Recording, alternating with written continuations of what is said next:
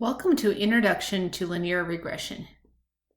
Now we need to find the equation of the straight line, that fits the paired data sample. That equation algebraically describes the relationship between both variables. The best fitting straight line is called the regression line, and its equation is called the regression equation. This equation expresses a relationship between x, called the explanatory or predictor variable, and the independent variable, and y, called the response or dependent variable.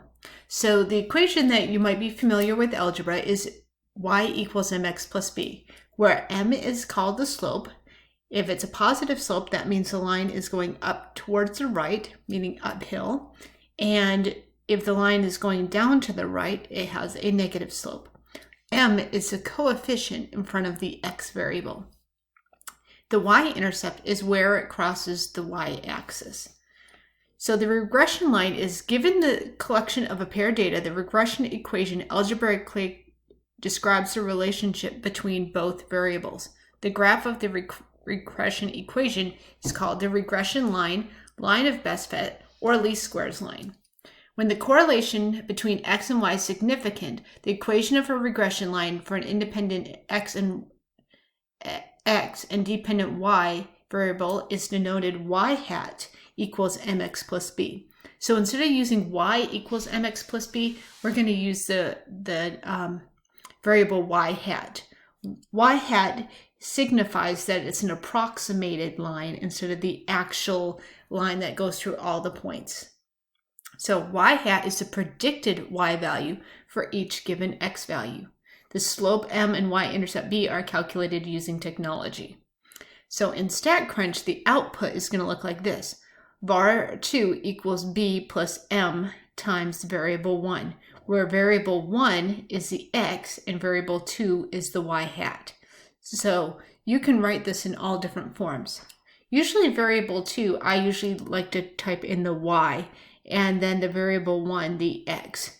So this is how your line could look like. But remember, make sure you put the hat over the y variable to signify it's an approximation.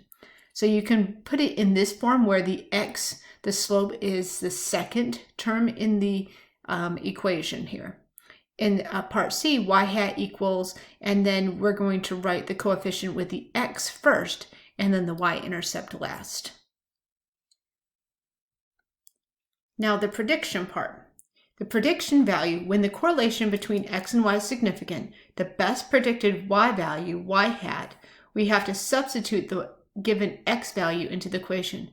So we're going to substitute the value x into this equation and multiply it by m, and then add the b, the y-intercept, and we'll get our y hat predicted value.